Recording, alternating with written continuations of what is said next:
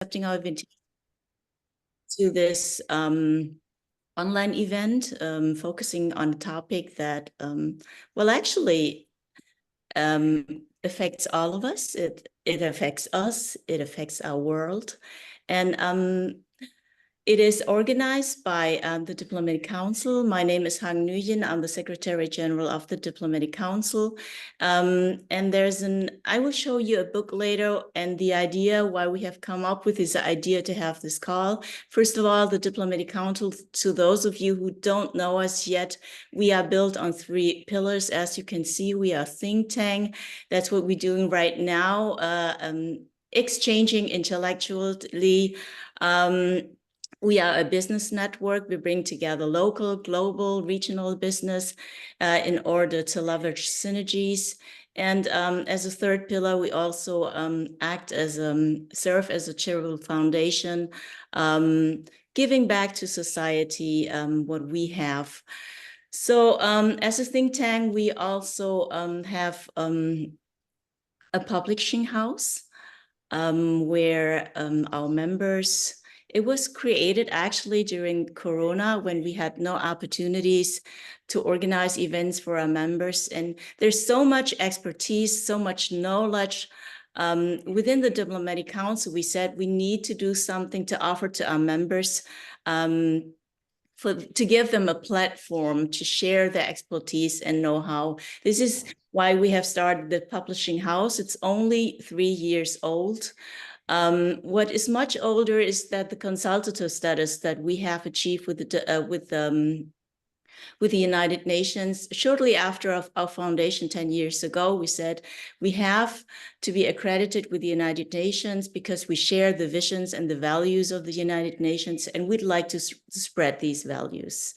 Andreas, would you like to go on? So actually, the idea for this call and this conference is a book that has been published in our Diplomatic Council publishing house. I don't know if you know Jean Pütz. He's quite well known in Germany. 30 years as a moderator on German television. And he has brought up the idea to write a book on solutions, how we can rescue our Earth. Everybody understands that we have to save the planet. So we need to have solutions to reduce the greenhouse gas emissions. And this is the only way to address climate change. There are different ways. And he has the idea to use methanol, an idea that was born in his mind already 30 years ago. He has talked about this in his shows, but it hasn't really evolved yet. But in the last 10 years, the situation, the climate change, as you all have seen, has become worse and worse. So now he has approached us and said, okay, we have to do something. I have this idea. I would like to write a book with you. So that's the idea why we said, okay, let's do this. And then things have accelerated like this. The book has been published, I think, last year. At the end of last year, it's already just half a year ago, and it has become quite successful. We have found Frank Obrist, who has started this idea without John knowing about him. So we said, okay, yeah, that's a great idea. We have to find solutions, because what we currently have, solar and wind energy, is not utilized sufficiently worldwide. So methanol can become a game changer for Africa and for Europe, because it represents an approach that comprises energy production, that comprises fuel innovation and global cooperation. And in this way, we would like to achieve sustainability goals in many industries. You all know that clean energy and affordable and clean energy is goal number 7 of the 17 Sustainable Development Goals. And this is what we're trying to accelerate and trying to support to go this way. A last slide. So, Andreas? So I'm very happy that we have found Felix Zuckschwerdt. Felix joined the Diplomatic Council already a few years ago as a member. And after having several calls with him, we have decided that he is the perfect candidate to become the head of mission for East and South Africa. He's based in Mauritius. He is a recognized expert in the field of transformation projects and in technology and in the energy sector. He's the founder of Carbonos, a group of international solar installers. Carbonos offers project consulting services as well as a data platform for renewable energy projects. And having said this, having introduced Felix, and we have a very full agenda with wonderful, very smart speakers, I would like to hand over to Felix now. And I'm wishing us a wonderful panel discussion. And I believe there's going to be a lot of debates and discussion afterwards. So Felix, now it's your time. Thank you very much. Everybody, welcome again to our energy panel. I have one comment for our colleague Andreas. There is one speaker, he's somehow locked out of our Zoom call, Joel Vogl from Switzerland, and he was also invited as a speaker. If you see him trying to come in, if there's some sort of a waiting room or something, please accept him. Otherwise, unfortunately, we cannot troubleshoot his Zoom problem right now. So I will continue, but I just wanted to tell you, Andreas, if you see anything that he's waiting outside, we should let him in. Back to the topic. So thank you very much again for joining us today. We have quite an international panel here, and I'm very proud and excited that most of you could join. So I would like to talk about hydrogen, obviously green hydrogen, and we had already some little introduction here. So what is green hydrogen? So I know you are experts in our panel, so I will not explain you what green hydrogen is, but maybe for our audience, green hydrogen is produced through electrolysis using renewable energy sources like wind, solar, or hydropower. This process results in hydrogen with a low environmental impact, avoiding the carbon emissions of conventional hydrogen production.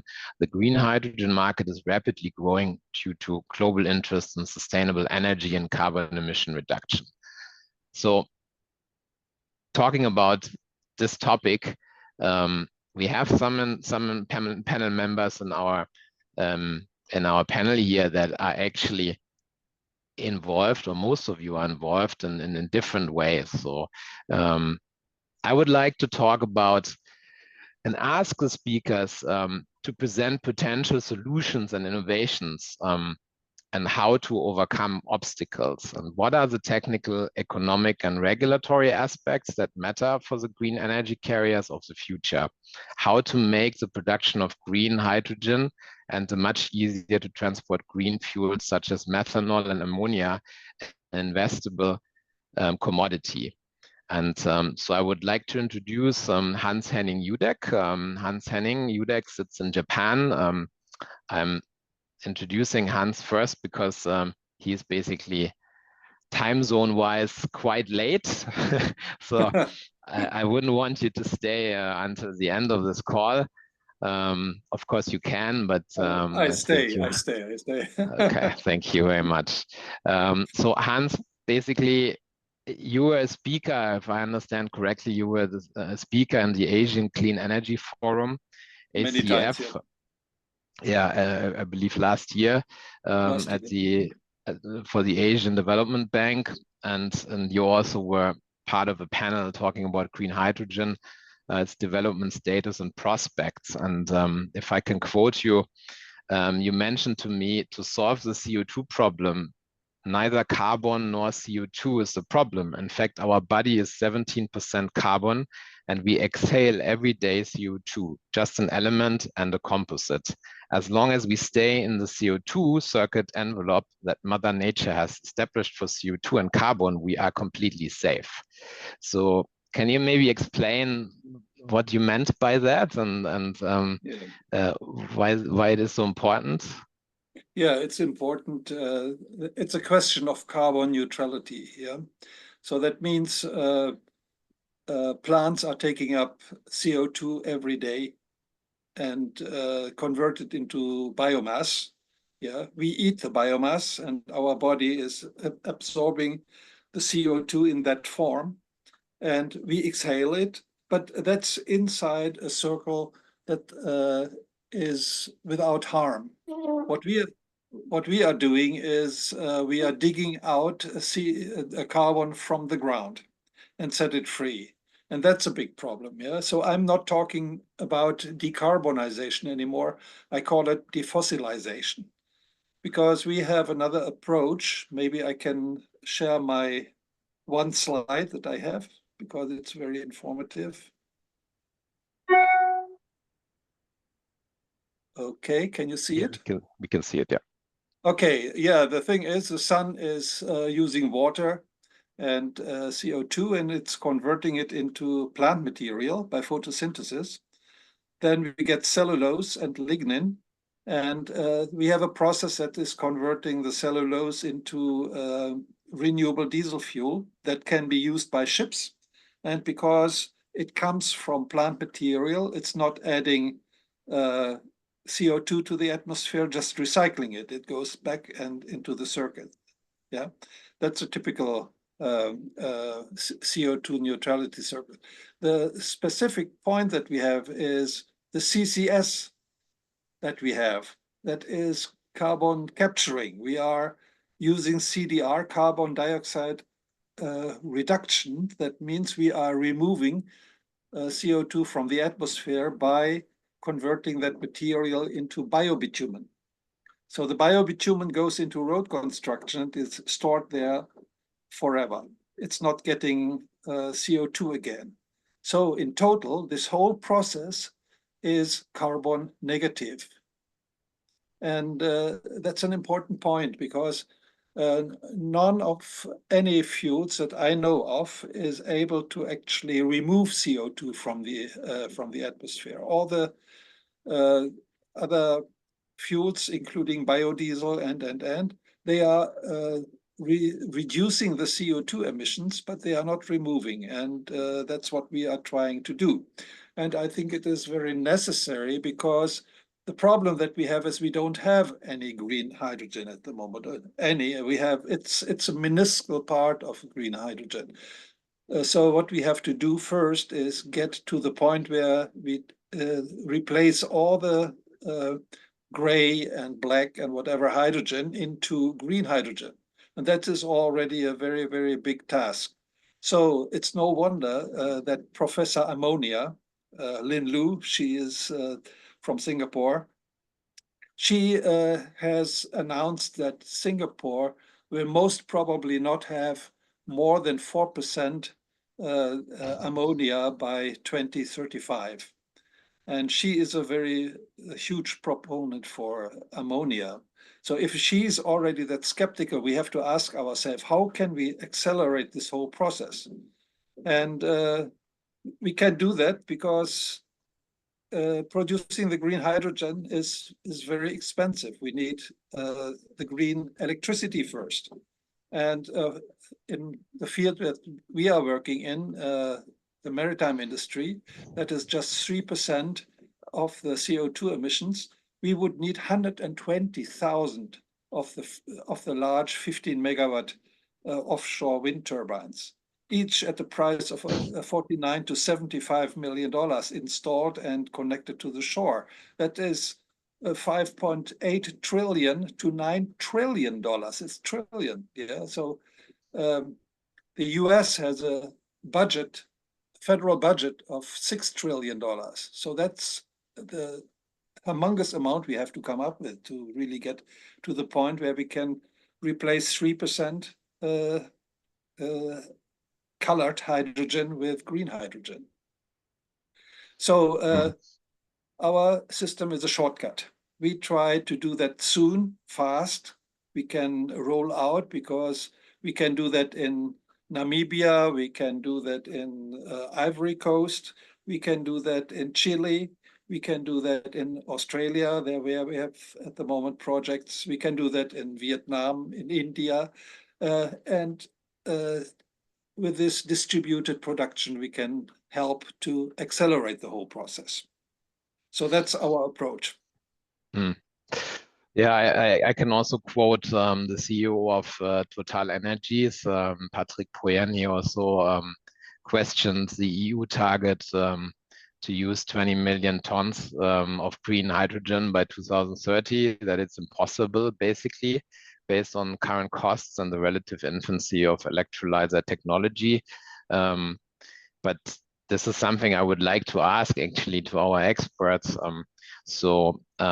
You were talking about, Hans, you were talking about Namibia. So I know somebody in Namibia, or amongst other projects that has projects in Namibia. So I would also like to introduce Jonathan Metcalfe. He is the business case development manager of Enertrag. And Enertrag, yeah, I think, Jonathan, you can better explain than me. You built already 2 gigawatts of renewable power, basically worldwide. So how do you overcome those challenges, or what is your advice or your opinion about how we can quickly accelerate the green transformation to hydrogen and ammonia and methanol, of course? Well, good morning and afternoon, Felix. I'm not sure where everyone around the world is, but very nice to meet you all. So my name's Jonathan Metcalfe, but I work for a company called Enertrag, which is a German energy developer with more than 30 years track record in the wind sector. But Enertrag's also been active in the hydrogen sector for quite some years. Back in 2006, we started engineering our own electrolyzer technology, which we then built and commissioned the world's first green hydrogen plant powered from wind, a picture of which is over my shoulder, if you're interested to see that. So we've been actually actively commercializing hydrogen for more than 10 years now, green hydrogen, which is, I think, quite unique in the market, given the relative nascent industry. And we've been leveraging that knowledge and technology experience we have with managing energy systems around the world and developing a project portfolio of now more than 50 PTX projects. So we have developed quite some projects to already well past financial close. We're in construction on a new 20 megawatt electrolyzer in Germany currently, as well as a few more planning financial close by the end of the year. But to get to your question, Felix, that's a huge question, how we prioritize where we focus as a developer around the world on getting the hydrogen industry going. I think in summary, the reason why we've gone into the developing world or into the global south on our projects is because we have to accelerate the industry as fast as possible. And the way for doing that is targeting the highest quality renewables to start with. And realistically, you have to go into the jurisdictions where you have that superior quality. And that is one of the reasons why we focused on Namibia as a company 4 years ago now, just given the sheer capacity factors achievable relative to Europe.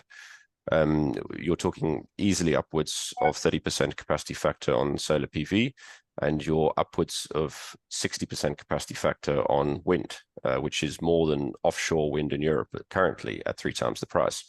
So really, we can't move fast enough in this industry to get it off the ground, because the faster we do, the faster we prove commerciality of the projects and also move the world down the cost curve. And in order to do that, the first starting point is to target the jurisdictions where you get the maximum leverage in terms of renewables. And that means going into the global south. And I remember you mentioned in our first call, Jonathan, you mentioned that you actually have 20 years, if I understood correctly, 20 years of data collected in Namibia, where you can basically prove that there has been only a few days where you basically couldn't collect enough renewable energy to keep your electrolyzers running. Did I understand that correctly? A slight simplification, but yes. So as anyone who's looked at green hydrogen knows, the only projects that are really coming close to parity with grey, or even within range of grey, are the ones that use both wind and solar. And the reason for that is that if you work in the right location, the wind and the solar are negatively correlated, and that allows you to create a blended profile which is closer to base load, which is very, very necessary for running an electrolyzer efficiently. It's a very expensive piece of kit. You don't want to turn it off, 60% of the time. And then in Namibia, we have a particularly good correlation pattern between high capacity wind and solar. So we've been running a measurement campaign on the wind for more than 30 months now on site. And we use that to index or rebase a 20-year satellite data set. And we use a 20-year time series in our systems modeling to reduce the risk on the technical modeling. And in our current portfolio, where we're running a 3.2 gigawatt electrolyzer at end state, over a 20-year time period, our longest dropout period is 6 hours, which just goes to show you the quality of the renewables in Namibia and why we're focusing there as a company, where you're generating energy, for never less than 6 hours over 20 years is quite an impressive statistic. It is, yeah. Is that Frank and Thomas? I know you guys are also active in Africa, amongst other territories. Well, what's your take on that? So just to introduce you, so Obrist Group is basically giving licenses for the methanol production. And my understanding is that you're also an implementation of some projects. So maybe, yeah, what's your take on that? Maybe you can explain.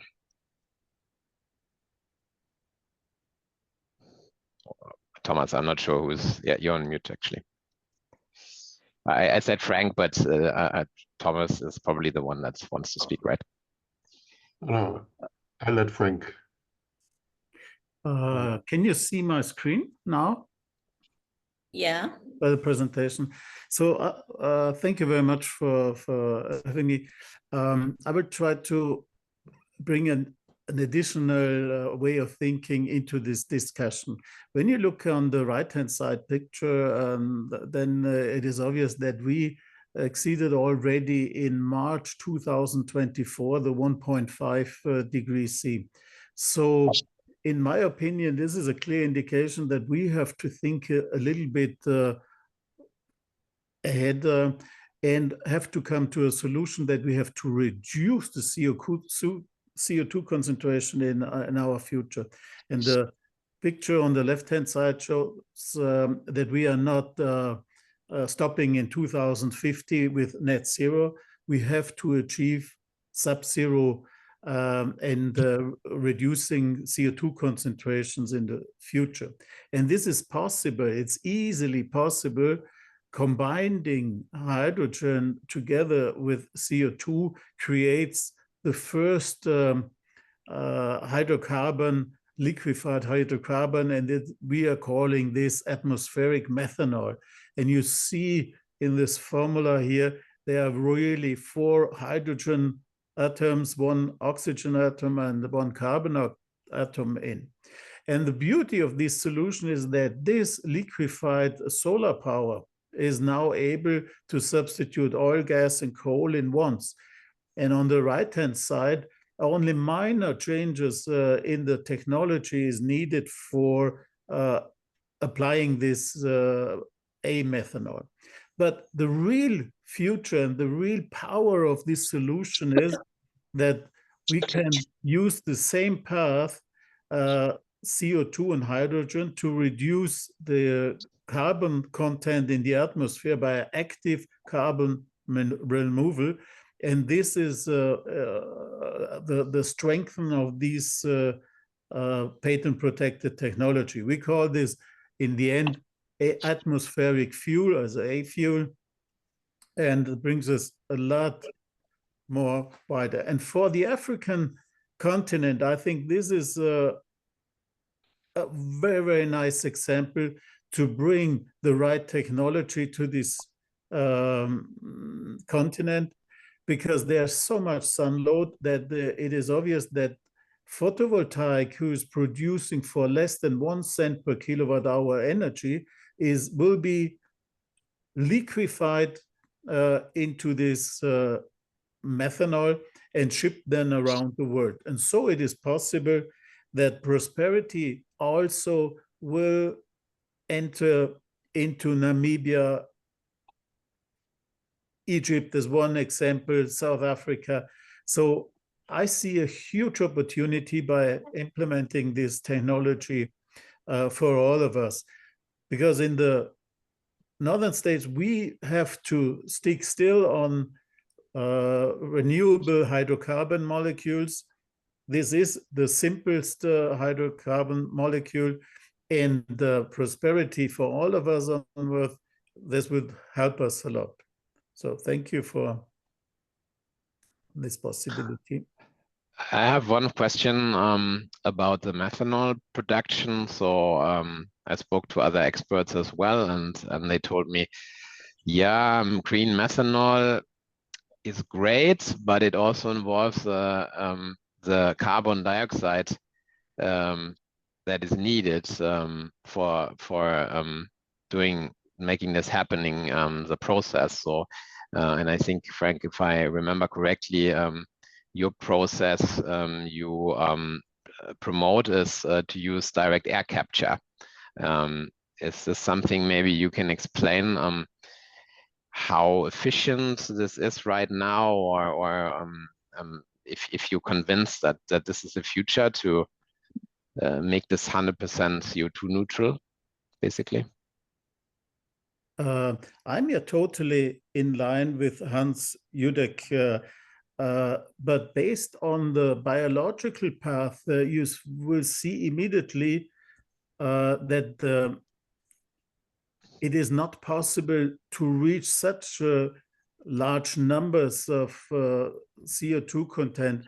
And we are in general around 50 times faster by this way shown on the left-hand side, as a catching CO2 directly from the atmosphere using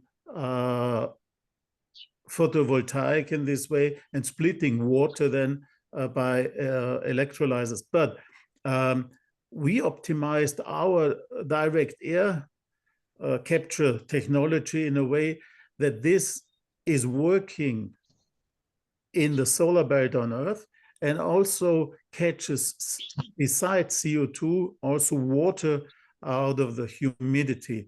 And both is needed for this process. And so there are already 40 different startup companies worldwide. Some are known, like Climeworks.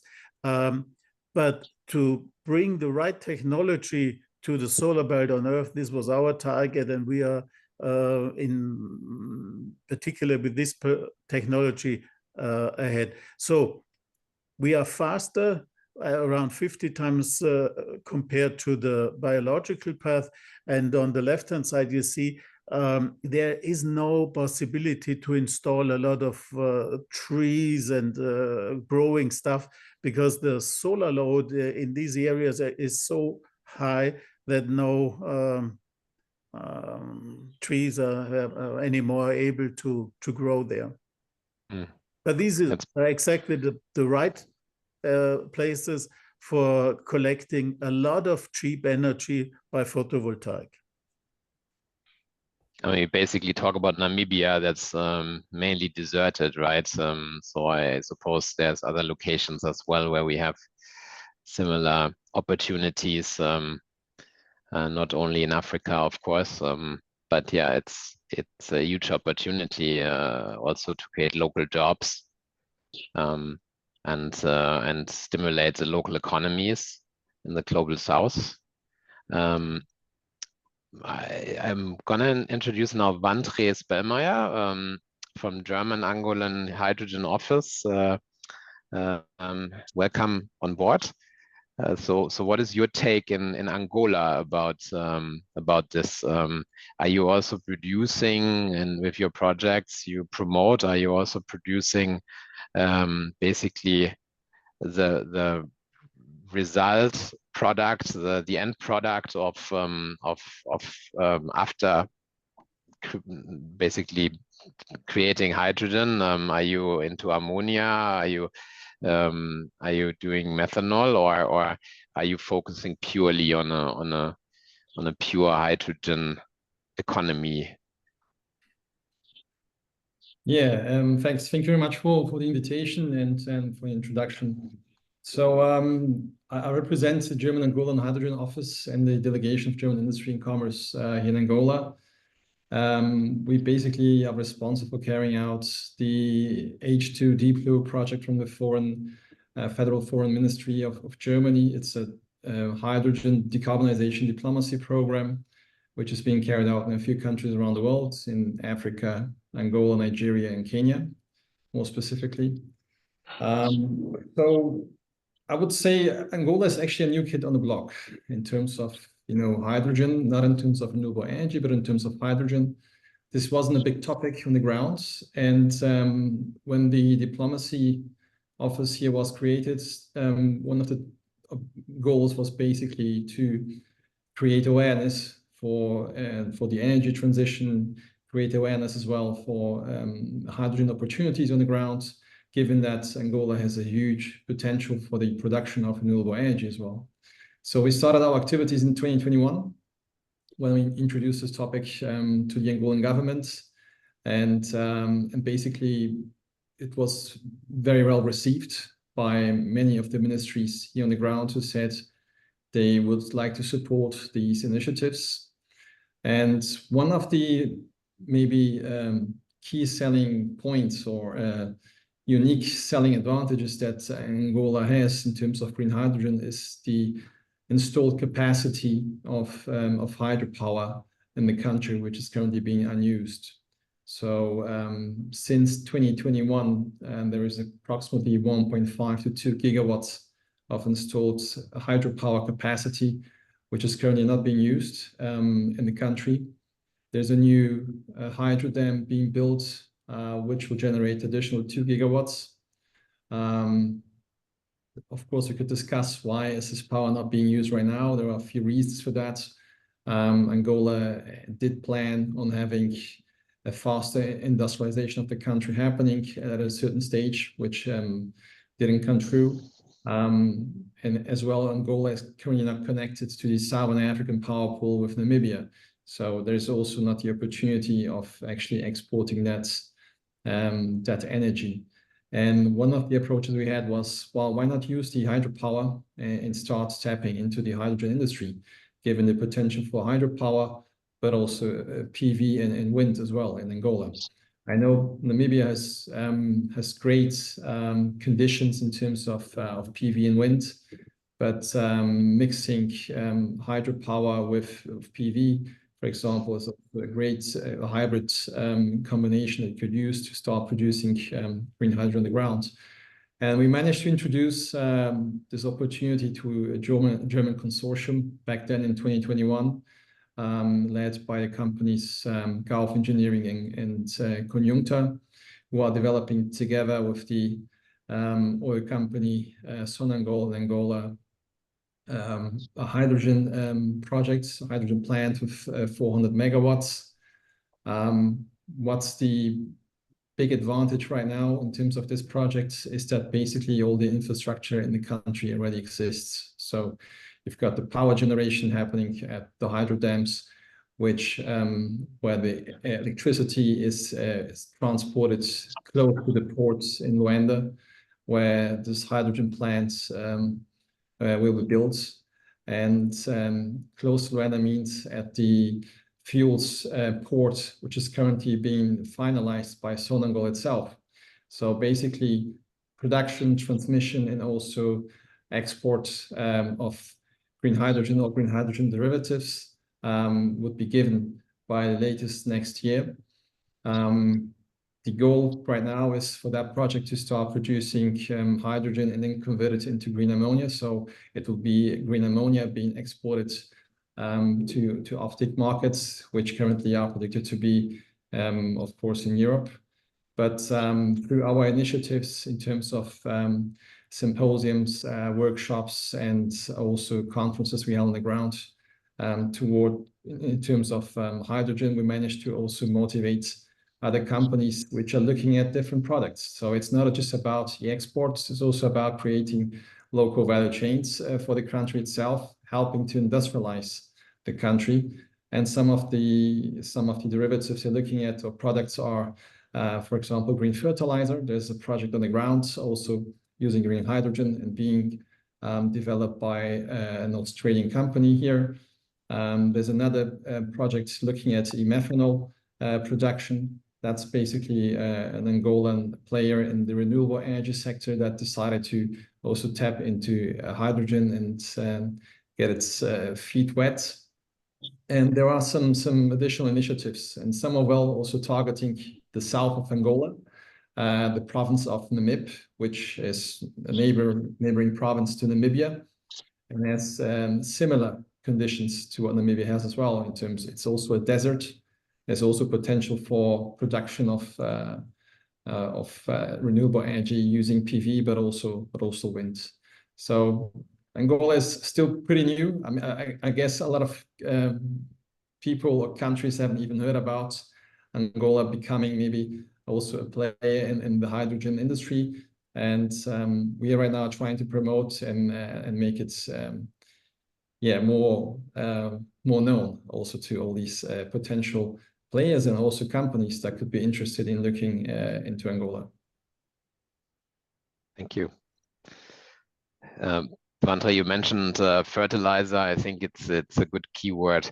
If you look at the dependency only in Europe on non-green fertilizer, I believe there's a huge potential for this market, and obviously some regulation will be needed as well, maybe in the future or is upcoming to promote basically greener fertilizer.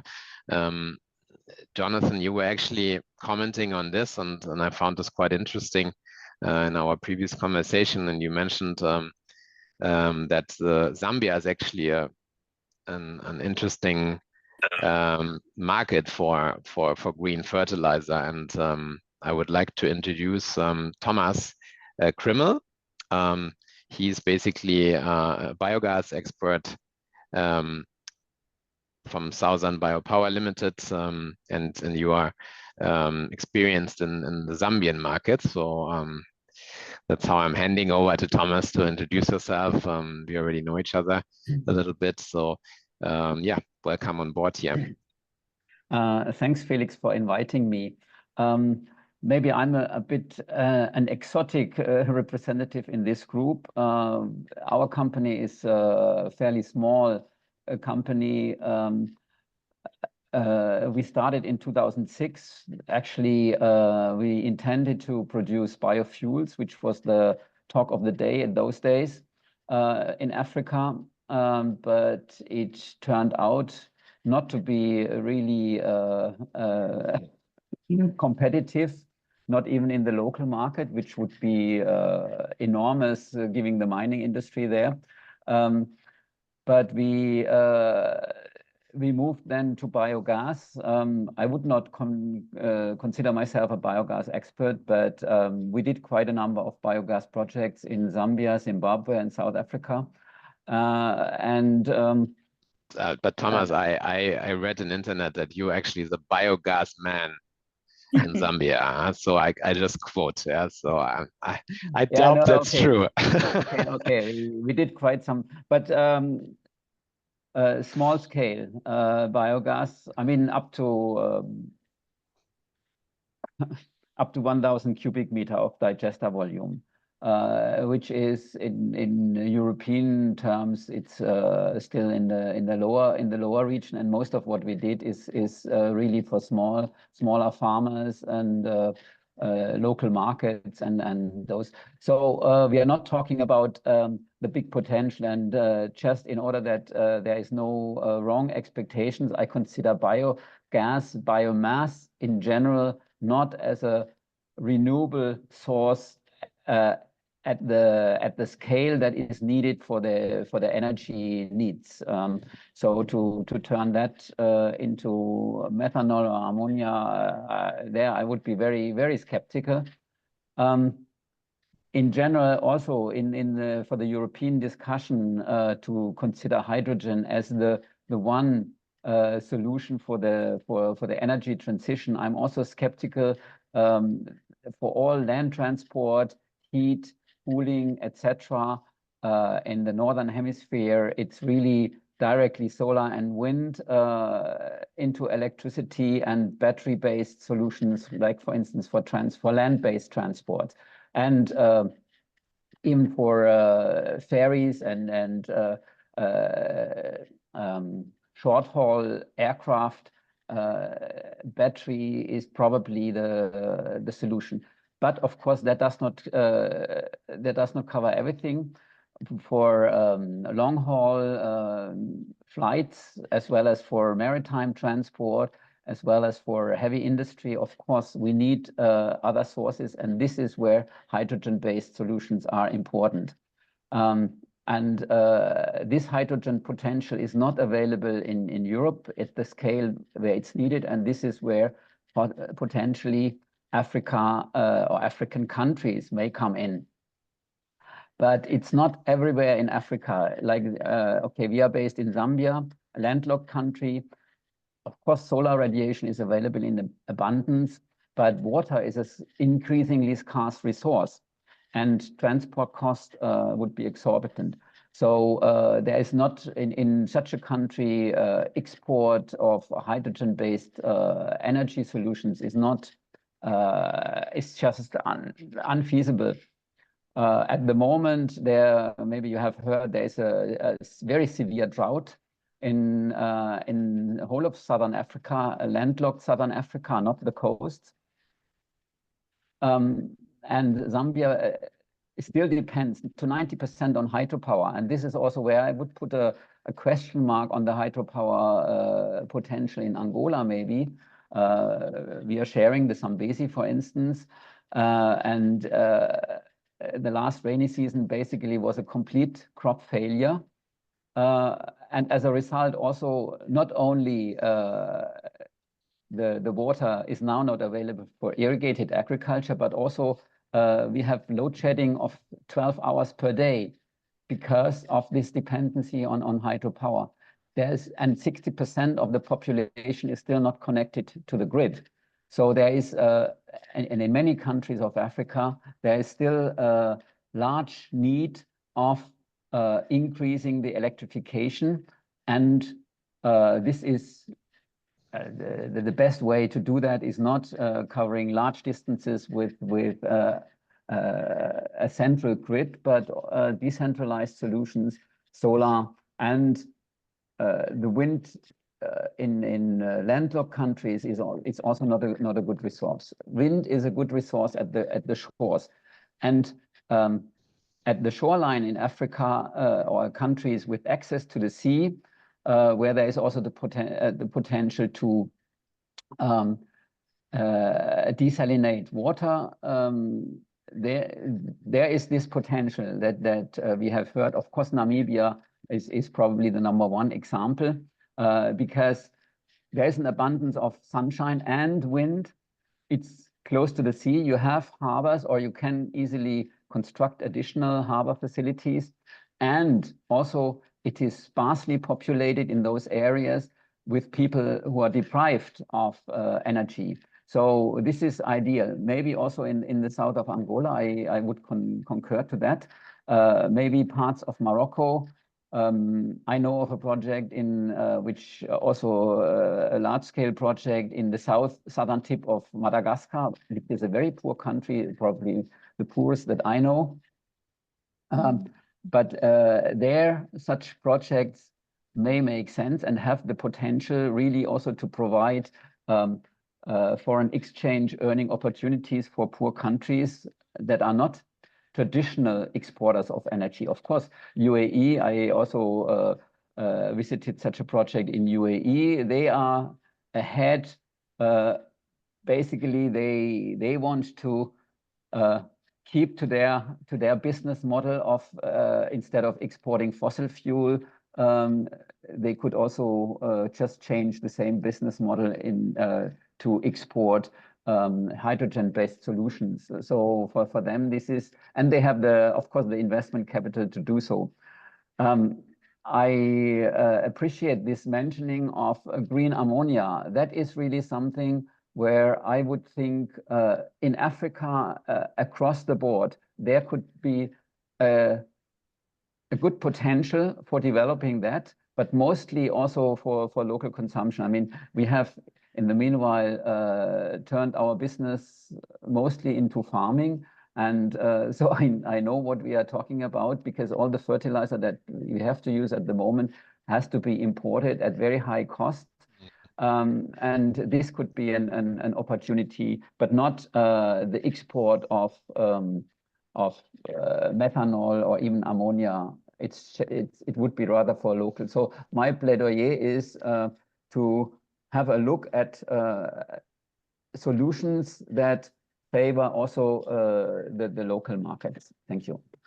And Jonathan, I hand over quickly to Jonathan because you mentioned exactly that. So I remember you mentioned Zambia. It could be a good market for green fertilizer.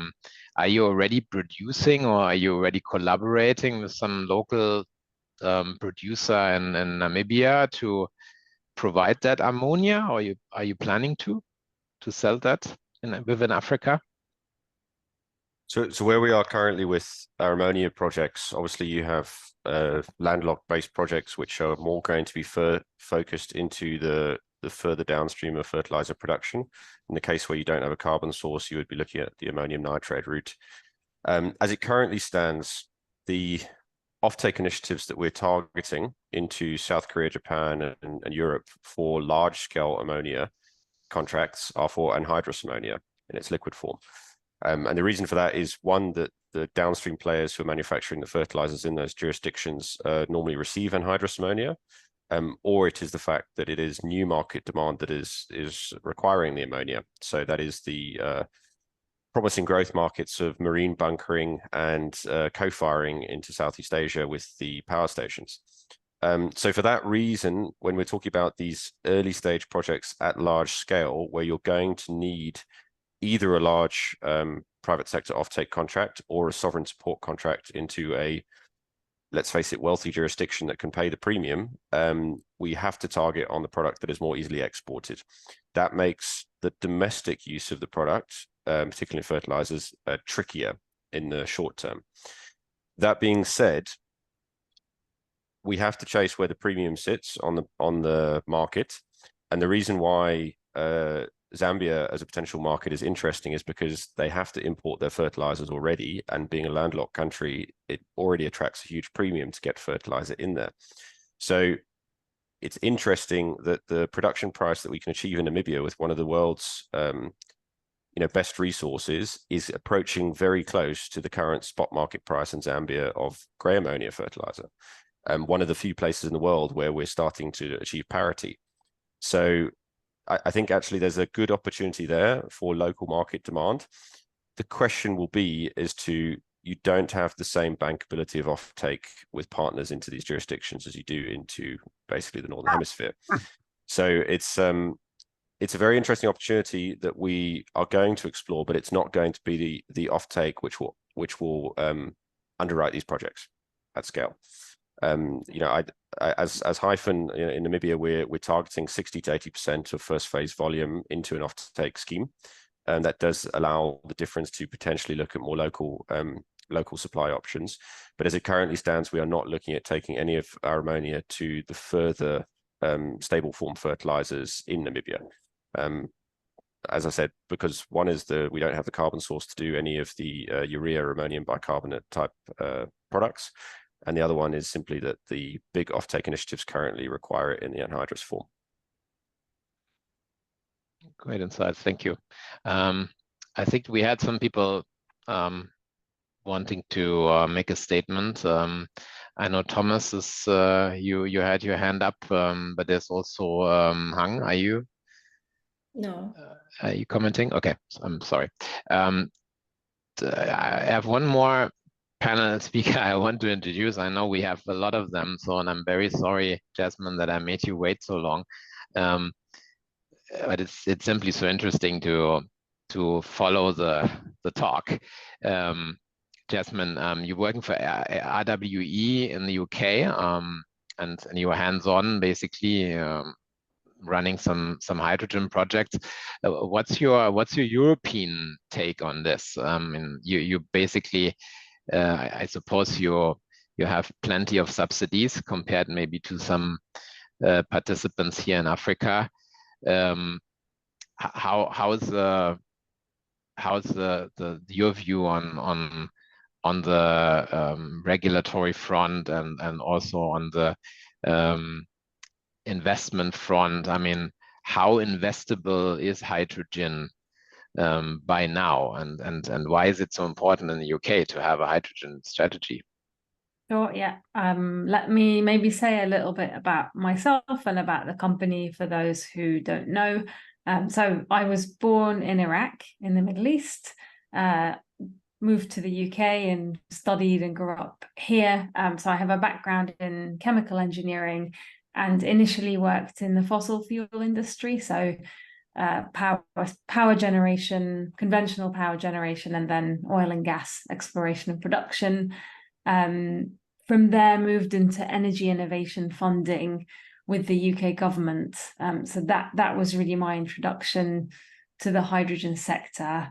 And back in kind of 2018, 2019, there were some quite innovative projects that were funded by UK government that really kickstarted all of this, I think. From government, I've moved over to RWE, which is a German utility operating globally, but headquartered in Germany, with key markets, I would say, being Germany, Netherlands, and the UK. 125-year-old company, so started out with lots of coal. We still have many gas-fired power stations, but on top of that, there is an ever-growing portfolio of renewables, and my role is within the green hydrogen project development team. So as a company, we have a target to have 2 gigawatts of green hydrogen production by 2030 across those 3 countries, and I focus specifically on the UK. And I would say the way that these countries are chosen is all about the regulatory framework. It just doesn't quite work for investors not to have the subsidies and the right regulatory framework for setting up what's essentially a new industry. So in the UK, we have quite a few developments in the pipeline, and most of them are with either refineries who already use hydrogen, they're looking to decarbonize, or chemicals manufacturers, and we're looking at co-locating the hydrogen production with those industrial players, because at the moment there is no transport system, there are no pipelines that can move hydrogen around the country. And regulatory wise, the UK has quite a strong framework at the moment. Hopefully that continues, and that's the hydrogen allocation round. So as a company, we apply to this scheme, and the idea is that the price of hydrogen is subsidized down to something comparable to natural gas. So for an industrial player like a refinery or a chemicals factory, it becomes an easier decision for them to switch from natural gas that they use today to hydrogen, which should be at the same or a very similar price. I think I've answered your question there, but I think this is important for the UK because of decarbonisation, and hydrogen is seen as a tool that we need to get us to net zero emissions by 2050. You mentioned the transportation. There are no pipes right now in the UK, so I mean, obviously we have that situation not only in the UK, and I think that's something that was also mentioned at the beginning about the new diplomatic council book, that we address this issue of hydrogen as a low energy density by volume, so makes it difficult, basically, and expensive to store and transport, and also, yeah, it's very, it goes everywhere, but not where you want it. So basically, even if you have some gas piping, the infrastructure, you probably have to change it and convert it and to make it safe. So that's where basically Thomas comes in. Thomas, you were holding your hand. You guys basically produce methanol for exactly that reason, right? Because hydrogen is basically not well transportable, and methanol is. Yeah, let me start quickly to introduce myself. My name is Thomas Wu. I'm shareholder in DSE and Evotech, and I'm also an advisor to with UNECA, United Nations Economic Commission for Africa, and I'm advising about 10 African governments on sustainable industrialization. Yeah, I think what most people forget, I think for the African continent, there are two major aspects. Number one, food security. Yeah, when we look at the consequences of the climate change, we will see that countries like Angola, Namibia, South Africa, Mozambique, everybody around the coast will not be able to produce enough food for their own population, yeah, in the next 10 years. Yeah, this is very clear. That's why we started together with United Nations an initiative, we call it Bread Basket for Africa, where we said we need to make multinational, large-scale agricultural special economic zones, particularly between Congo and Zambia, Zambia and Zimbabwe, Zambia and Botswana. And I'm in this commission to plan these, let's say, hyper-economic zones. Yeah, and I wanted to come back to Thomas. I think in these hyper zones, we will have enough biomass to produce significant amount of biogas. Yeah, and we would have way enough biomass also when I look at Congo and the neighboring countries to produce organic fertilizer. What I'm always claiming in the United Nations Working Group, I'm totally against ammonia and ammonia production. Because at the end of the day, this is only short-sighted. When you look at green, so-called green ammonia, yes, it's produced green, but at the end of the day, we forget that with synthetic fertilizer, we have so many direct and indirect emissions when it is on the field, that the N2O emissions, which are much worse than the CO2 emissions, wipe away the whole effect of green fertilizer. Yeah, that's why we just, and I'm really happy about this, we just formed a strategic alliance with the biggest farmer worldwide, which is Bayer Crop Science. Yeah, and Bayer and us, we are developing now sustainable fertilizers globally, you know, to replace synthetic fertilizer. Yeah, so this agreement we just reached a few days ago, where we now concentrate our efforts in the major markets like US, Europe, China, India to replace synthetic fertilizer. Yeah, and Bayer itself will go as a benchmark in this, also as part of their decarbonization program, because the most of the CO2 equivalent emissions in the Bayer process are coming from the fertilizer. Yeah, and when you look at the major contributors to CO2 emissions globally, you know, you have gigatons only coming from synthetic fertilizer. So this is one of the main targets we are looking at in order to get a global decarbonization done. That's why I can only cheer up Thomas and the other colleague from Japan, that this is really the right way to go. The other thing is, when I look at the African continent, one is food security. The other one is we must get enhancing processing industry. Yeah, we have to stop thinking in terms of the African continent. It's a nice place to get resources. No, we must think about, and this is, I think, what all the governments are keen of and will tell every investor, we are not keen to export energy. We are keen to develop the country to get processing industry done. And when we look at hydrogen, it totally makes sense. It makes no sense to transport hydrogen. And it makes no sense to transport hydrogen in any form.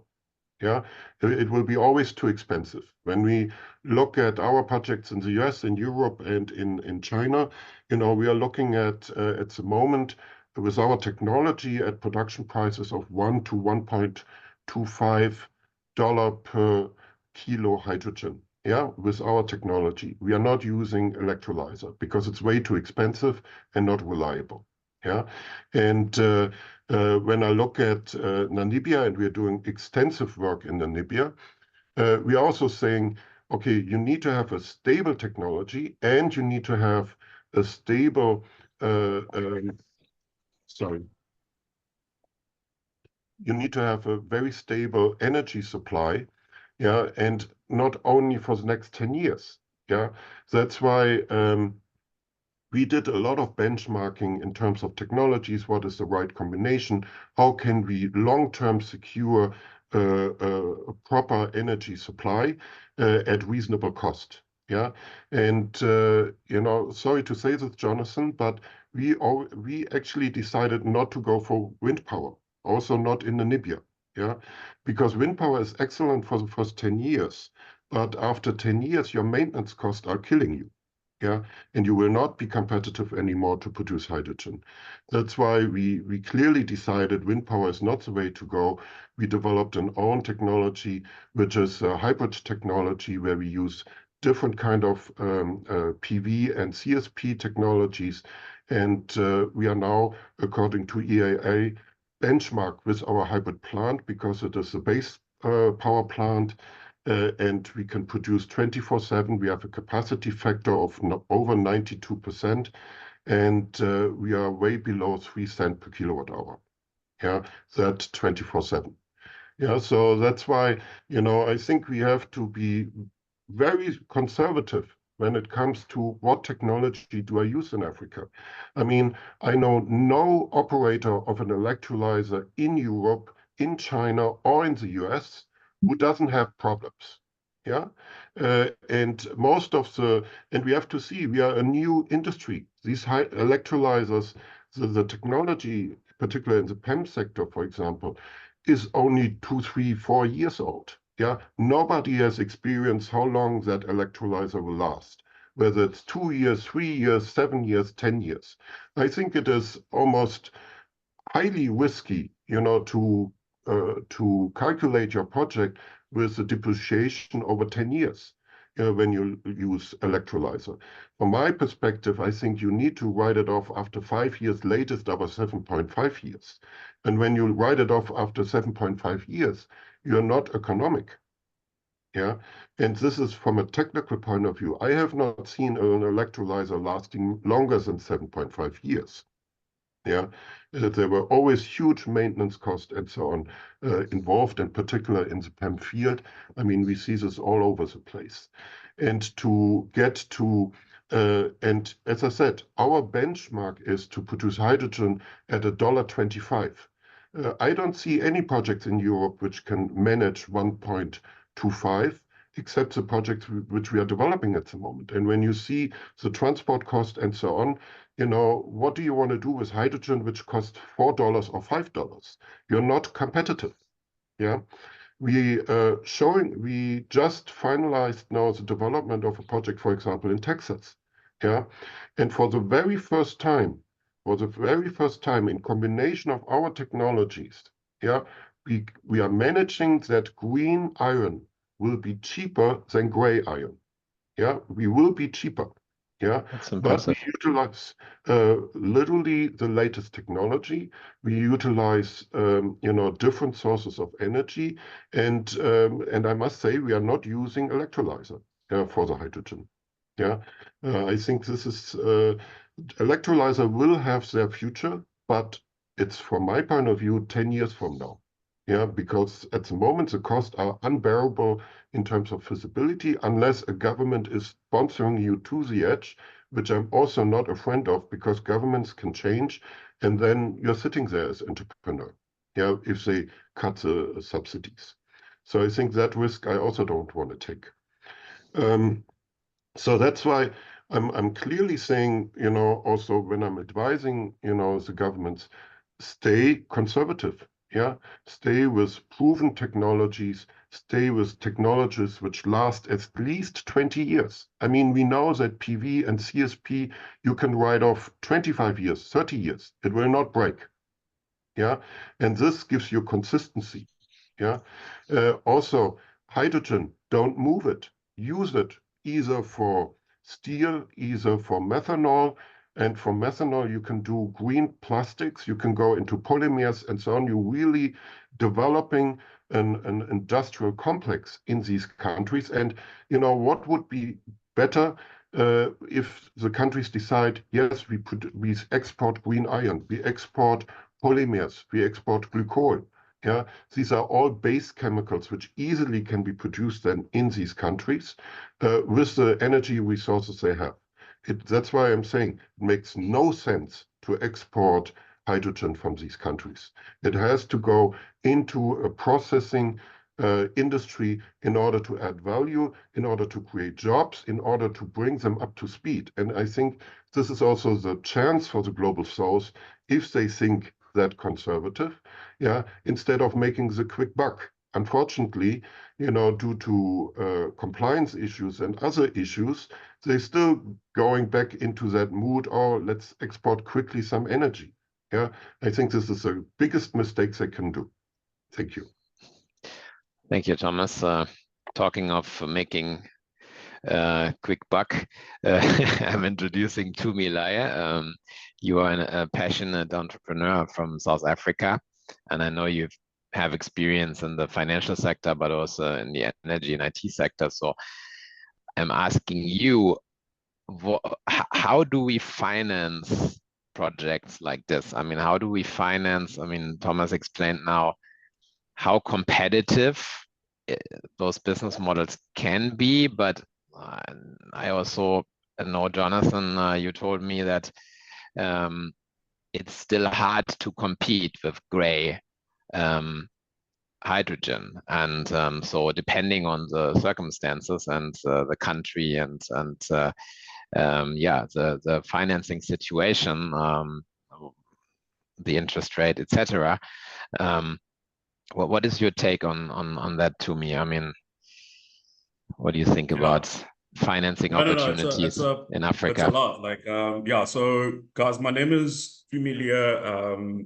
I'm the CEO of a small company called Ushiri Capital in one hat. But yeah, like we've cut our teeth in the financing, investing, and funding of renewable energy since the development of the programs in 2009 or so in South Africa at sort of like a larger scale through multiple financial instruments. And I think that's the challenge we've kind of seen with where hydrogen currently sits and where it might just move in the foreseeable future if you're gonna mobilize private sector funding. So in South Africa specifically, there hasn't been a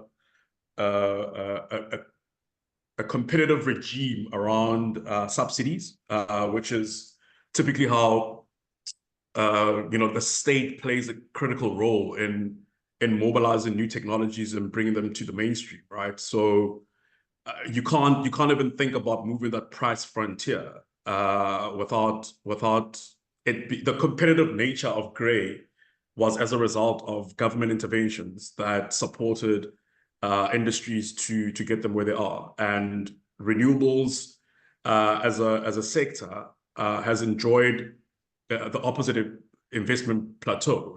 So the private sector was quite critical in the onboarding and mainstreaming of renewable energy. So in terms of like where we sit as analysts of risk and return from a private sector like perspective, so obviously dealing quite a lot with the Basel requirements that sit with debt provision by the banks, your asset liability matching, sitting with funds with with your pension funds and your insurance sort of like moats, and also like obviously your private equity like returns. If you're going to bring that mixture of capital sources into an infrastructure project, it has not just lined up yet for that mass intake from an investment perspective by the private sector. So our interest, as always, as financiers, as bankers, as guys that like sit with an understanding of what's required in terms of the dark rooms of financial engineering, we sit with a keen interest to follow the development in technology, and obviously also what the governments are willing to do, in terms of like mobilizing taxpayer money into subsidy and grants that like will move these industries forward. But I'm South African. We are extremely hydrogen positive.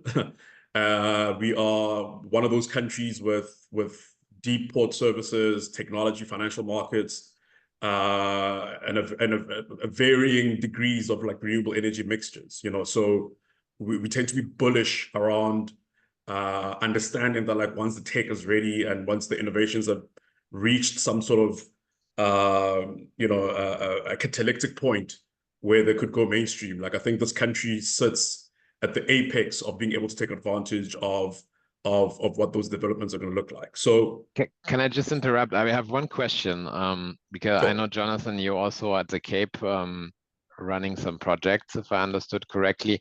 I mean, South Africa has a big problem in regards to load shedding. So for the ones that are watching us, load shedding in Africa means you have regular power outages, even scheduled power outages, but moving schedules and some unscheduled all the time. So, yeah. I'm asking, why should the government or a private investor invest in a hydrogen project when you don't even have a stable grid?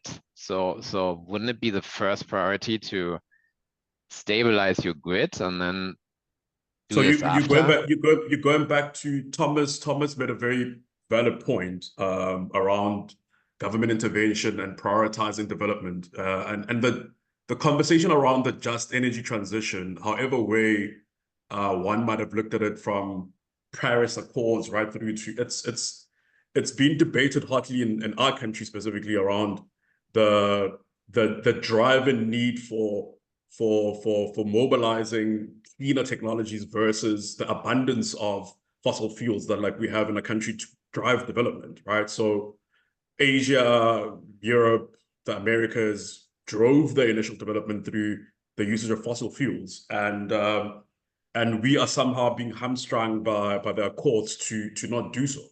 So our government has recently, through the appointments of the Minister of Electricity and I think the revisions of our integrated resource plans, have taken a step back in how they moved, I think, before the Ukraine war. Like I think that was a watershed moment in terms of like making the whole world understand the energy security of like sovereigns, right? So and in making decisions around securing your own energy supply, making sure that like your own people are okay first before you even think about like exporting and think about like so we've kind of gone back into assessing the closures of like coal-fired power plants that like were accelerated during the peak of like the just energy transition conversation, and some of the pledges that were made by like developed countries in the global north, moving capital into the global south for this transition. So there's been a massive revision of the sentiment around what needs to happen to greenify like the economy versus the utilization of like resources that we currently have to drive the development of the country. Yeah, I mean, Jonathan, you mentioned to me you guys were bullish on the industry, but you were very selective on the African market. How, for example, for you, how investable is South Africa, a market like South Africa, and how do you explain to investors from the capital market, for example, to chip in? No, absolutely. And if I can just take a tiny step back and comment on the issue of load shedding and hydrogen, because it comes up quite often. I think the art is in the nuance of the technical solution of which you're developing. In the case of which a project is developing 1,000 kilometers away from the port and plans to wheel through the grid system, if it is introducing new power, putting strain on an already constrained grid, and then exporting those molecules, and electrons in the form of a molecule, I agree that is not a bankable solution for Africa, because it's taking much needed grid capacity away from an unstable system. However, South Africa has got plenty of projects looking for behind the fence own use utilization, and in the case of its new greenfield ports development, that's essentially behind the fence production and export. Now, those projects should strive ahead no matter what is happening in the domestic electricity setup, because it is all going to improve the forex balance of the country by exporting sunshine and wind. So absolutely, as I say, the nuances in what you're planning. As far as possible, as much renewables that are requiring grid upgrade and should go into the national grid system should be built for primary electricity generation. That is undoubtedly true, and that should be the case. Any hydro project that takes capacity away from that is not a good one in my books. So that was just the point on the grid system. But I think, as you mentioned, investability in Africa is obviously key. I think it's a underappreciated topic that everyone focuses heavily on the resource effect on the price of hydrogen and not enough on the cost of finance on the price of hydrogen. If we increase our discount rate by 1%, we add $80 on the ton for ammonia. There's a not inconsiderable impact when you're talking about several percentage difference going into some of these jurisdictions. So for us, first priority is find the countries with the best renewables, find the ones with the best co-located renewables, and then overlay various different assessment criteria on how investable and how bankable is this jurisdiction. Now, that was one of the reasons why we went into South Africa quite early. We went in 10 years ago. And that was mainly based on a couple of factors. One was the general positive, strong investment climate in South Africa. It still is basically the financial hub for sub-Saharan Africa, but also the fact that it's got a huge existing embedded generation market. We've got 52 gigs of installed capacity in South Africa, and quite a large industrial sector that has the potential for domestic offtake. So as an offering, it is quite compelling. And then just in the renewables sector, but in the renewables overlaid with hydrogen, you also have the fact that it is still the world's leader in Fischer-Tropsch synthesis technology, which is a very exciting opportunity, given that all of these green molecules that we've been discussing, if you want to take anything to a long-chain hydrocarbon, you require Fischer-Tropsch technology. Sasol still have the largest Fischer-Tropsch reactor in the world, both the largest reactors in the world sitting in South Africa. So those are what stacked up on certainly the technical parameters. But then on the various different investment criteria that affect the risk premium, be it the investability, the rule of law, the stable governance factor, those are all the things that matter. But more recently, what has mattered is about political will in the sector. As I'm sure everyone can appreciate, these projects don't move without political will. And this is something where, if you compare Namibia and how far Namibia has got in essentially 3 years relative to South Africa, South Africa has had its Hydrogen Research Institute around for 20 years. It was one of the first pioneers in hydrogen technology because of its platinum sector being an early investor in hydrogen. South Africa was a first mover, but is now behind Namibia in the space of 3 years. And that just goes to show the impact of political will. So when a a jurisdiction and when a government is behind executing these projects, and it puts in the political capital to this, things move. And that really is the biggest factor that we're finding. And when we're going into new jurisdictions now, it's really being driven by the political landscape that's supporting that and how much seriousness is behind the initiatives. Yeah, well, you also mentioned to me that obviously there are some unions, for example, mining unions, coal mining unions that are not big friends of some innovative energy projects in South Africa. So you do have, I suppose, some headwinds. But it's true of any country that has incumbent industry which might feel threatened by a large renewables and green molecule build. In Germany, we face many naysayers as well, even though we've been operational in renewables 30 years, in hydrogen 12 years. We still get headwind. The advantage of going into Namibia, where there's no incumbent industrialization at all, and there's not even incumbent fossil fuel industry, is that it's a win-win for anyone in the country to develop this industry. Is that something you agree, Thomas? Thomas? Well, we also looked specifically, in the region, where do we get active? And I agree with Jonathan totally. Namibia has made great steps. Yeah. Even so, it's not easy, but they made great steps, and definitely more easy than South Africa. I mean, in our consortium, and Jonathan knows, we are working extremely closely with companies like Bosch and so on, which have a very long history in South Africa. Yeah. And when our partners even say that at the moment they are not investing South Africa because of the political situation over there, the instability, we don't know what's going to happen after the election. We don't know how far the opposition is getting into power, which, is crying to get the white people out of South Africa. This is not really encouraging to invest there. Yeah. And the load shedding, I mean, let's face it, also the water supply is down at the moment, and only 50% of the water plants are actually working at the moment. When you look deeply, and we discussed this the other day with Bosch again, 50% of the water treatment plants are down because of missing maintenance. It's nothing that there's not enough capacity. Yeah, it's just no maintenance. Yeah, similar we have in the grid situation. Yes, they have been in a great shape, but if you don't maintain facilities for 25 years, of course, you're going down. Yeah, and this is what we are facing at the moment in South Africa. So it's a very rich, amazing country. I love South Africa truly, from the scenery, from the people and so on, but it's just mismanaged. Yeah, and if we don't see really a turnaround in, let's say, the management of the country, yeah, I cannot encourage anybody at this moment in time to invest. Yeah, that's why we also look at Namibia. We are very encouraged by Angola. They really managed the turnaround quite well. And we are also, we are in deep discussions, even when people think, Thomas, how can you go to Congo? Yes, we're working very closely with the government in Congo, and also in Zambia and in Malawi and so on.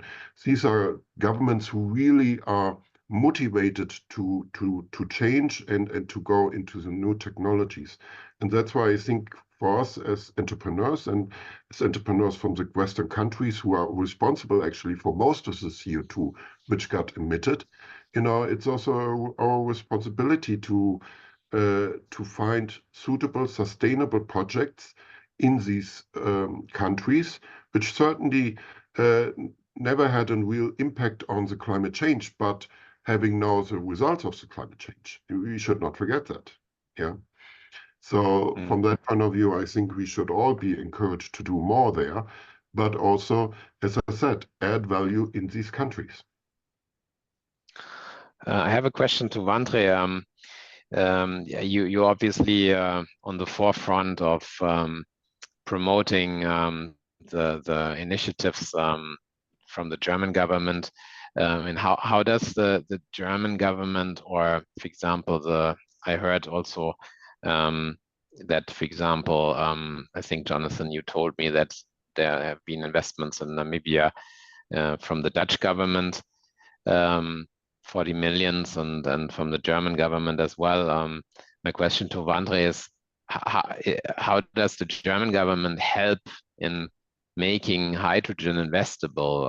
Are there any state guarantees for those projects, or how can you convince, especially the private sector or the private investors, the capital market, to go in there, or are those purely state subsidized projects?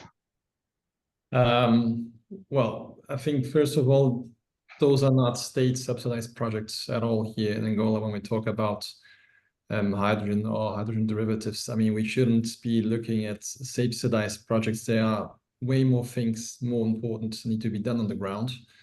So the government shouldn't be spending on that. The government should be creating conditions so private investors can tap in. One of them is, of course, using the excess installed capacity, which is currently not generating any sort of income. So using part of it, to generate a new industry and allow the country to actually establish a hydrogen industry is maybe a first step. But I totally agree with also some of the other speakers here, and also with Jonathan, that it's not the way. So it's we're not looking. Angola shouldn't be a purely export country for hydrogen or hydrogen derivatives. It's all about creating local value chains, and this discussion has been carried also forward by us here with local political stakeholders, and they understand and see and also want to see that. Okay, what's after that? I mean, we can try to support, create the conditions so that a first project can be established and there can really be created a first hydrogen industry in the country. We can catch up some time, but then what comes after that? So where can we create local value chains?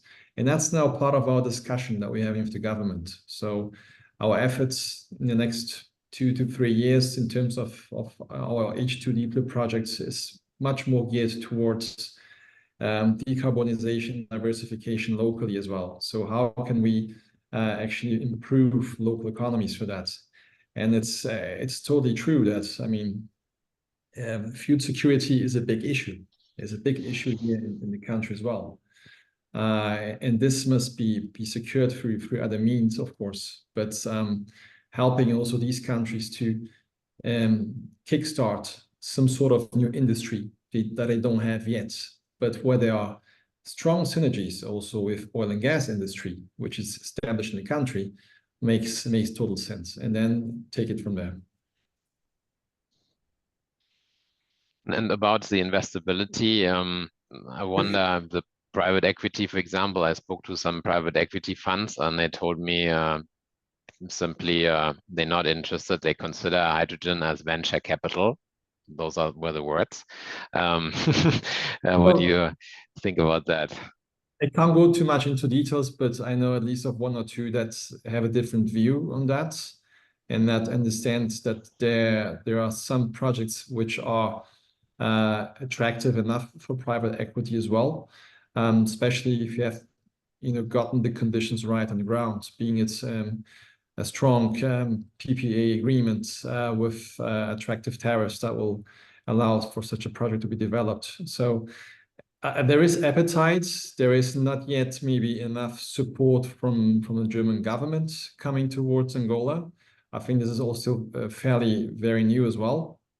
We see a lot of support going towards some other countries and especially South Africa and Namibia, but I do get the feeling that at least we're now on the radar. So we're making steps forward, and I mean, proof of that is also that you have other players in the German economy looking at Angola as well.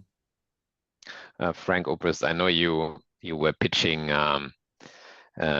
in the last couple of months a lot of projects worldwide. So what is your opinion about the investability? How do you convince investors, private investors, to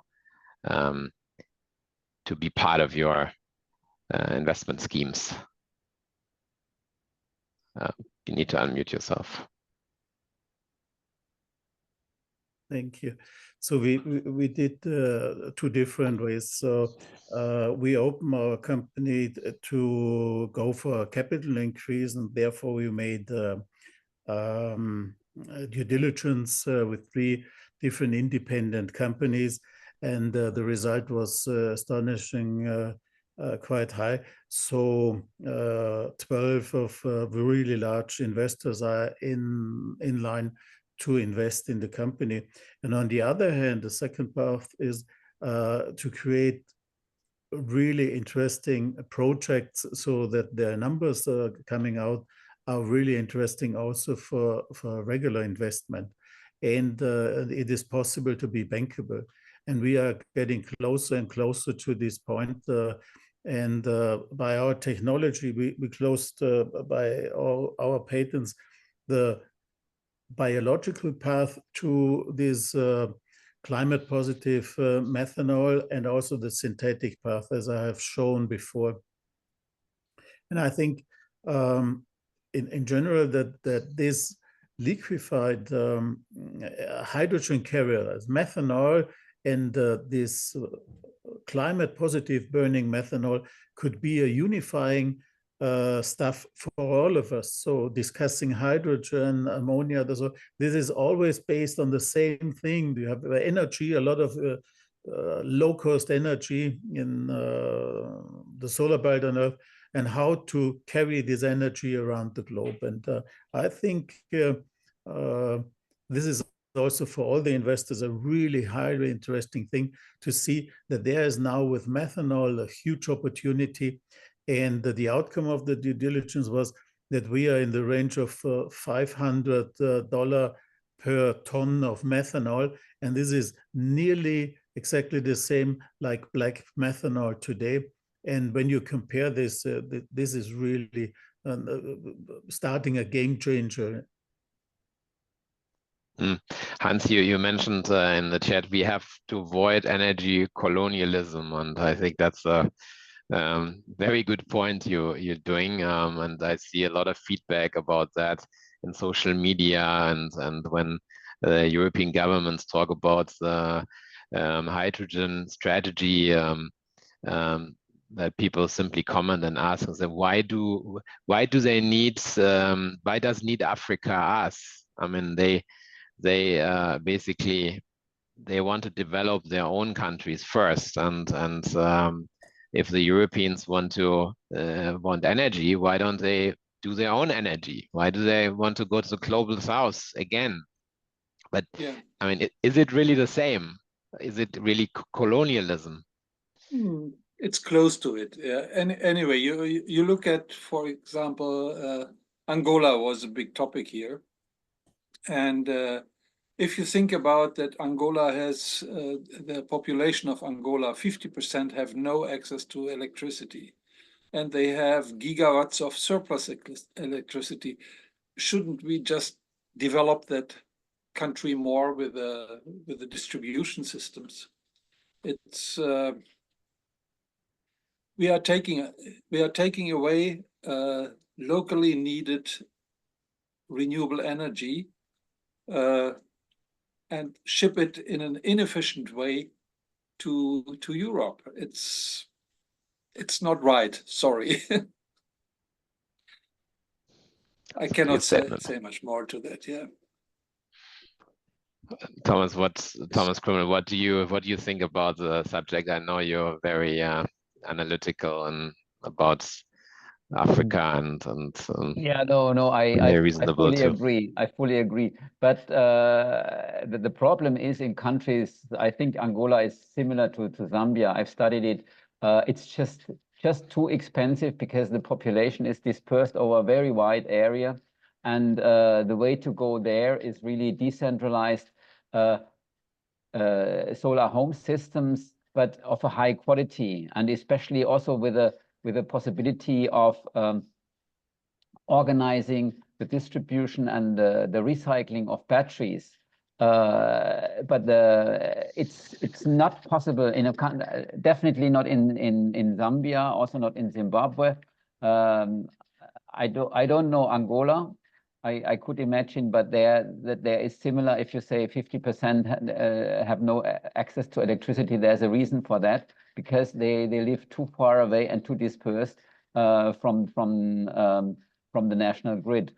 But Yeah. so, and in general, I would agree to this statement. We should avoid this energy colonialism, just to look at those countries, what kind of cheap energy we can ship to Europe.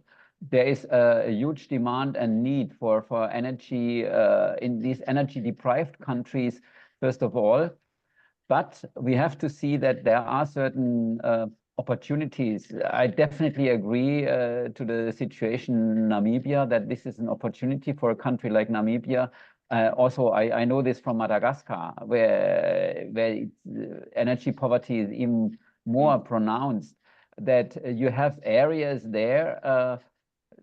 I mean, they are deserted now with climate change, even more so in the south. There has been a drought for the last 7 years, and people don't have anything to live anymore. And there, in those areas, it could be an opportunity for such a product like a hydrogen-based energy solutions that can be exported, which are an export product, with a local byproduct, which is electricity also in those areas. So that is an opportunity, but it's not just everywhere. And in many of African countries, we have to look for local solutions first. Yeah, I think we have in the global south in general, the problem of distributed demand. And I'm working with the National Power Corporation in the Philippines. They have so-called missionary regions that are small islands, that are remote areas on the larger islands, where they currently are producing the electricity with diesel generators, and they make $14 million per month deficit. So the idea there is we let the people produce their own fuel. Yeah. Diesel generators are in principle the great addition to solar and wind. So they can do load following. They can be switched off anytime. They can be started anytime. It's I have made a presentation in the Philippines about 2 years ago about this topic. So microgrids based on solar, wind energy, and supported by bio-based diesel, that is a really highly productive way to do microgrids. Yeah, I'm sorry, microgrids are key. I'm already a little bit tired. I think you wanted to comment, Frank Obrist. When you think about 60 years back, so the Arabian Peninsula, there was only some tents and some fisher boats, nothing else on the same place where you see today a lot of prosperity. And this is, in my opinion, a clear indication that energy has brought us a lot of prosperity on worldwide. And this is exactly the idea, to bring the solar, liquefied solar power to Namibia, to Egypt, to Morocco, as one example. Then we create lots of jobs. And they have to produce these larger giga plants by themselves in maybe 10 or 15 years, 20 years from now. But to create prosperity in these regions is key to success. And this is what Jean Putz in his book always read. This is the only solution to bring prosperity and also peace for all people on earth. And it is absolutely, in my opinion, the opposite for colonialism. It is the right thing we have to do, because we are struggling. We are facing them, and they are struggling most on our behavior the last 60 years. Can I add something to Frank's message? I have understand from Jean's book as well that there's so much energy in Africa, so much sun, that we could produce energy for the entire world. So if we would produce so much and leave enough for the countries and ship the rest to Europe, it would be a win-win situation for everybody. And I mean, Europe is paying development, is providing development help to the African countries, which is the right thing to do. But this would be a thing where Europe could help as a development help to create the energy there, leave everything that the people need there, and then ship the rest to Europe or elsewhere in the world. And then I absolutely agree with Frank. This would be a way to help the people, because I believe in help, in self-help. It doesn't make sense to send money to them that the people do not get the money. But if we could help them and create jobs there and create the plants there, it would be sustainable, because then they can continue that. Or is that a dream? I don't know. I mean, it's a great idea, but apparently it has not been turned into reality until now. And now that I have so many African experts here, do you believe this would be something in the long run, of course, because this is our idea. I believe in this idea like Frank does and like Jean does. Do you think this is Jonathan can comment on that. Sure, I'm used to answering the colonialism question being a German developer in Namibia, and it's being an ex-colony. So yeah, it's a very interesting narrative, but I think and I liked Frank, your comparison to Dubai, given that the mayor of Lüderitz, and Lüderitz is the small town in Germany where basically all the new renewables projects being developed, is calling Lüderitz the Dubai of the green age, because the amount of investment that is about to flow through a very small town is going to be quite transformative. And in the case of Namibia, where you've got a population of 2.5 million people, if you give an example, our one project in Namibia is equal to their GDP. And we're just one of many developers going into the country. So it just is going to have a orders of magnitude effect on GDP per capita in that country. So, I can't think of more impactful projects that we're doing globally than the ones we're doing on the African continent right now. But just about the colonial comment, I think in the special case where a country is generating excess electricity and there is a technical opportunity to supply it to the people, and that's not being done, yes, that does not make sense if it was then pivoted towards hydrogen. But I don't think that is the case in Angola, where you have to go towards decentralization in such a diverse population. If you're going to talk about is it worthwhile exporting energy from Africa, you have to look at, in the case of a country like Namibia, the entire grid system's capacity is 650 megawatts. We're developing 7 gigawatt portfolio in Namibia. The local demand has no chance of even coming close to requiring that amount of energy anytime soon. So by developing a project with an international focus, you are creating a win-win first mover industry in a very, very good jurisdiction. You are selling a premium product to willing buyers in a foreign market, and you are getting the premium paid for you by the same countries that took so much from Africa previously. It is exactly the opposite of colonialism. So I think the global north has taken enough from Africa, and it's about time they pay the premium for getting energy back from Africa.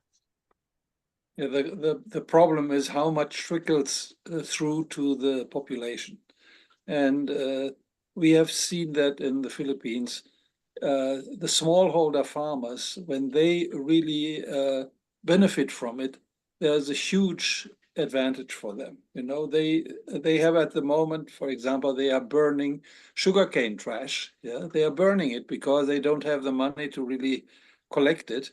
But if they are getting paid for it, they get money into their pockets. And I think that's something we have to really consider. And distributed energy production will be a key to that.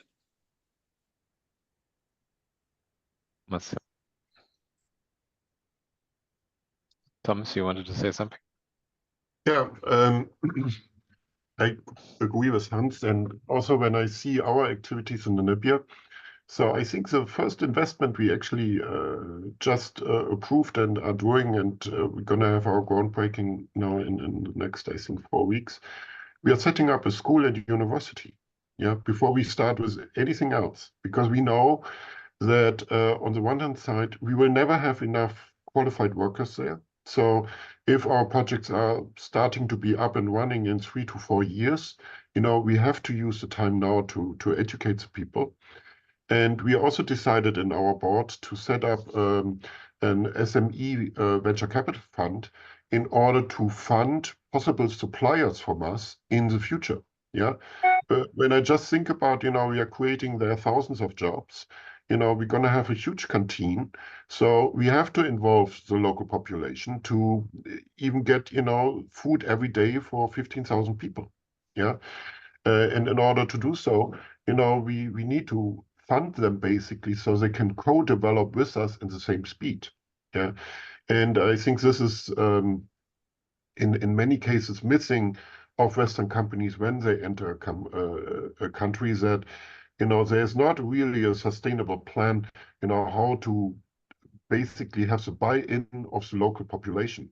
Because it's easy, you know, to fly in expatriates or, you know, getting people from South Africa or Zimbabwe into Namibia. But at the end of the day, you really also want to do something for the local community. Yeah. I think the other thing which I really want to stress is, and I think we are super sensitive as Evotech and DSE on this way, because we, you know, at the end of the day, we want to produce green products. And if we produce green products, you know, we must have an environmental sensibility. Yeah. So for example, when we started our project in Namibia, we said from the very first minute to the government, we need to desalinate water, yeah, in order to have enough water for the hydrogen production.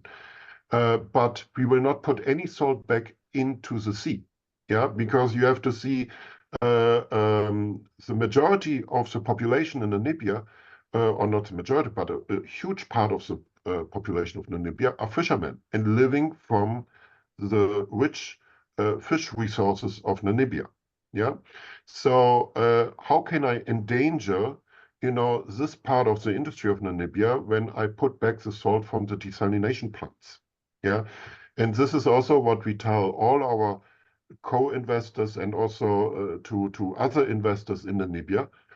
They don't put salt back into the sea, because what happens is eventually, if something happens, it's not, you know, that something has changed. It's always then, oh, the foreigners who make so much money on green hydrogen, they killed our fishing jobs, you know.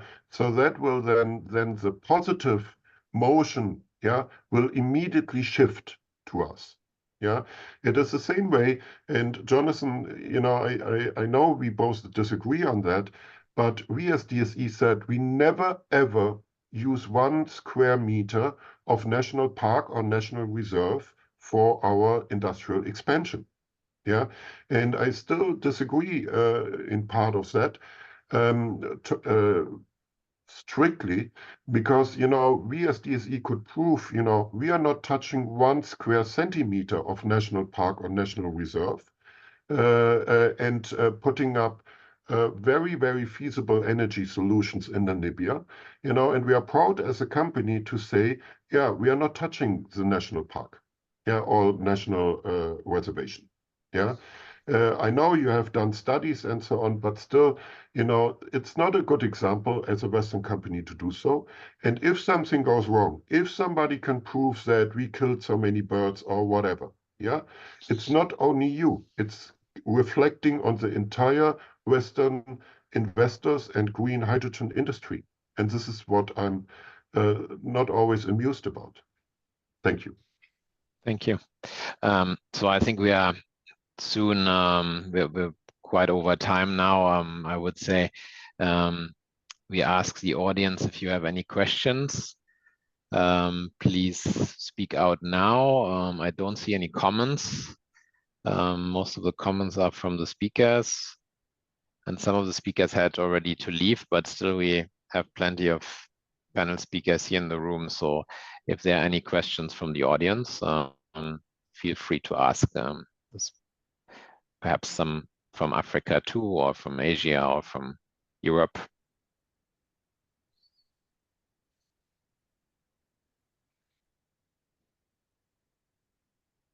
So you need to unmute yourself in case you'd like to talk.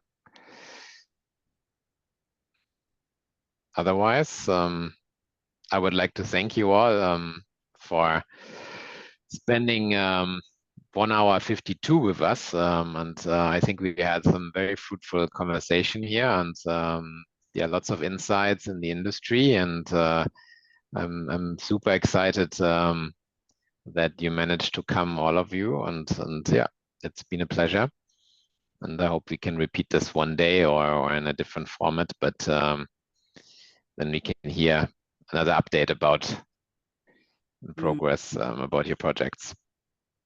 Yeah, I think the reason why there are no questions is that we have so many very good comments, explanations already that has answered all our questions, I believe. Also from my side, from the Diplomatic Council, first of all, thank you very much to Felix for inviting all the speakers, all the experts. I'm really impressed by the expertise and the know-how. And from what I've learned today, actually, I mean, it's a very special topic, but still it has given us a very broad insight from actually around the world. And that's important, not to only see the European side, the European perspective on this topic, but also from Africa in particular, from Japan. So it's like a full site overview. So yeah, thank you very much. Felix, yeah, let's repeat something like this, maybe a next round in German, or at another time, another focus. So good night to whoever is late already. I think Thomas Wu, you are already very, very late night or something like this. And I don't know how it is in Africa. But yeah, thank you very much to everybody, and have a wonderful evening or night or afternoon. And see you soon. Bye-bye. Bye-bye, thanks. Bye. Bye.